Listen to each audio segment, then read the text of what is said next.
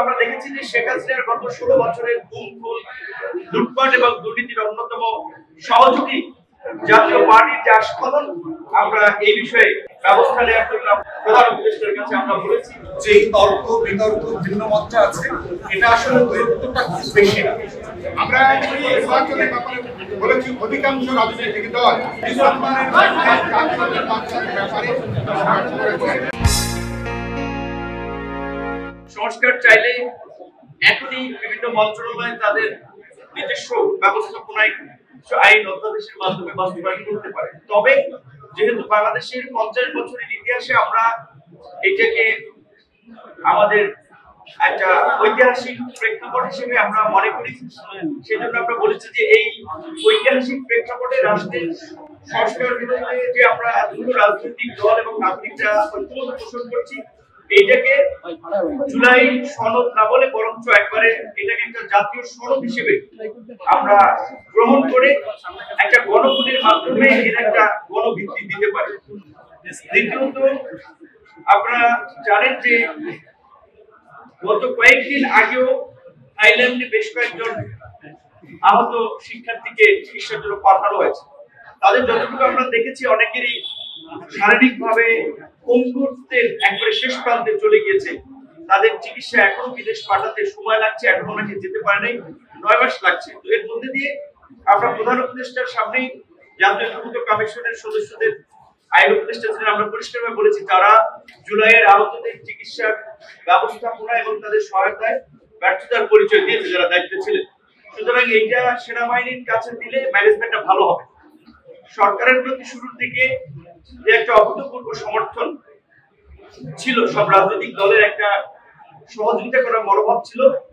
সরকারের বেশ কিছু উপদেষ্টা, বেশ কিছু কর্মকাণ্ড, রাজনৈতিক মন্তব্য সরকারের সাথে রাজনৈতিক দলগুলোর একটা দূরত্ব তৈরি করেছে, একটা সন্দেহ সংশয়ের সৃষ্টি করেছে। আমরা সেই সমস্ত উপদেষ্টাদেরকে অপসারণ করে উপদেষ্টা পরিষদ পুনর্গঠনের আমরা দাবি জানিয়েছি। একই সাথে আমরা এটাও বলেছি অতীতের ঘটনা টেনে যে আপনারা জানেন যে 2023 সালের 28 অক্টোবর বিরোধী দলের আন্দোলন সংগ্রামের পর 24 সালে যে নির্বাচন হয়েছিল, সেই নির্বাচন সম্পন্ন করার জন্য তৎকালীন ফ্যাসিস্ট সরকার এবং তার দোসররা প্রায় 32,000 বিরোধী দলের নেতাকর্মীকে গ্রেফতার করেছে। কিন্তু গত 9 মাসেও এই ফ্যাসিবাদের সাথে জড়িত এবং তার সহযোগী 3200 জনকেও গ্রেফতার করা হয় নাই। বরঞ্চ আমরা দেখেছি যে শেখ হাসিনার গত 16 বছরের গুম খুন, লুটপাট এবং দুর্নীতির অন্যতম সহযোগী জাতীয় পার্টির যে আস্ফালন, আমরা এই বিষয়ে ব্যবস্থা নেওয়ার জন্য আমরা প্রধান উপদেষ্টার কাছে আমরা বলেছি।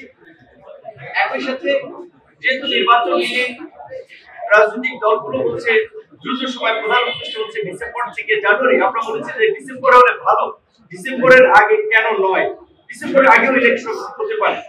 সামগ্রিকভাবে আমরা সব দলই নির্বাচনের একটা সুনির্দিষ্ট দিন, তারিখ কিংবা মাস, এই সময়টা প্রধান উপদেষ্টার কাছে আমরা জানতে চেয়েছি। যে তর্ক বিতর্ক ভিন্ন মতটা আছে, এটা আসলে গুরুত্বটা খুব বেশি না। এখানে যতটুকু না সময়ের গ্যাপ আছে, তার থেকে হচ্ছে মনস্তাত্ত্বিক গুরুত্বটা একটু বেশি, এবং সেটা আমরা বিশ্বাস করি ডিসেম্বর থেকে জুনের ভিতরে যেই তারিখটাই হোক, সেটা আলোচনা সাপেক্ষে সমন্বয় করে সবার সাথে পরামর্শ এবং ঐক্যমতের ভিত্তিতে একটা 3 তারিখে আসা সম্ভব বলে আমরা বিশ্বাস করি। অগাস্ট আপনি একটা নির্বাচনের তারিখ ঘোষণা করেন, আর একটি মাত্র দল বলেছেন যে জুলাই 30 তারিখের পরও নির্বাচন আপত্তি নাই। আমরা বলেছি অনেক রাজনৈতিক দল আছে 2014 সালের পর থেকে তারা স্বৈরাচারের আচরণের নিচে আশ্রয় নিয়েছে। 18 থেকে 24 পর্যন্ত তারা রাজপথে ছিল না।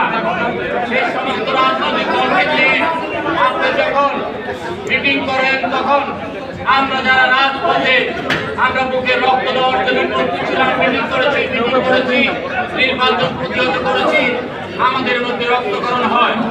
ভবিষ্যতে এই ধরনের বৈষম্যমূলক আচরণ করবেন না। আন্দোলন সংগ্রামে যাদের অবদান আছে তাদের অবদান স্বীকার করে তাদের মতামতকে প্রাধান্য দেবেন।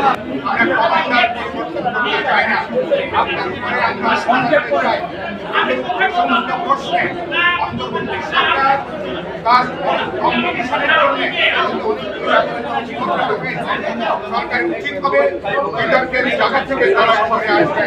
অনেকগুলো রাজনৈতিক পদক্ষেপ তারা গ্রহণ করে সরকার নিশ্চিতভাবে বিতর্কিত পদক্ষেপ হিসেবে তাদেরকে সরে আসার শেষ যে কথাটা আমরা তাদেরকে বলেছি।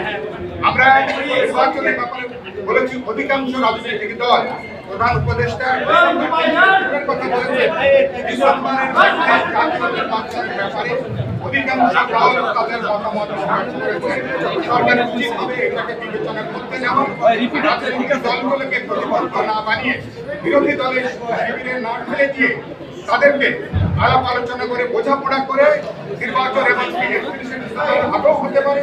আলাপ আলোচনা যদি বোঝা যায় কাজের জন্য আরো 7 দিন বেশি সময় লাগবে, এটা নিয়ে কেউ কোনো আপত্তি করবে না। শেষ যে কথাটা বলেছি